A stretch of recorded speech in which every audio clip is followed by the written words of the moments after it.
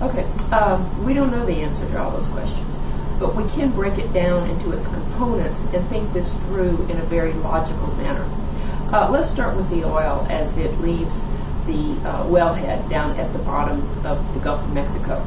The well is 5,000 feet below the surface. That is a mile deep. So the oil has to travel through essentially 1 mile of water. If we think of that in terms of a scrubber, that's a 5,000-foot scrubber, which would be immensely long in any kind of industrial setting.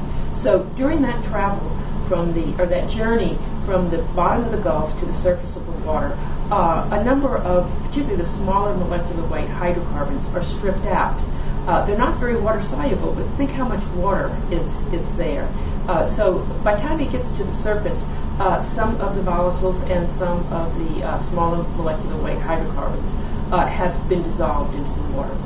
Once it gets on top of the water, we're in South Louisiana. It's very hot, so any of the volatile organics that remain evaporate into the atmosphere in a day, maybe 2 at the very most. I've seen estimates of 4 hours. So what we have left are really the longer chain hydrocarbons, and it forms this thicker kind of mousse, or eventually it will weather further into torballs. Now the mousse is really an emulsification. As the oil comes up, it gets mixed and blended into a very thick emulsification with the water.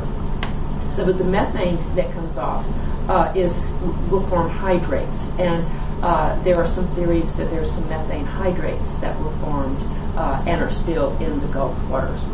So we have to break the oil down into its many components, and so we can't think of it as just oil. We have to think about it in terms of what makes up that crude oil. Now here we have Louisiana light sweet crude oil. Sweet means it doesn't have much sulfur. Sour crude has a lot of sulfur. The reason it's called sweet is in the very early days of drilling, the wildcatters used to taste it, and if it tasted sour, it had sulfur. If it tasted sweet, it didn't have sulfur. Oil without sulfur is more valuable. Light means it has more of the lighter molecular weight compounds in it. The heavier crude has more of the longer molecular weight compounds.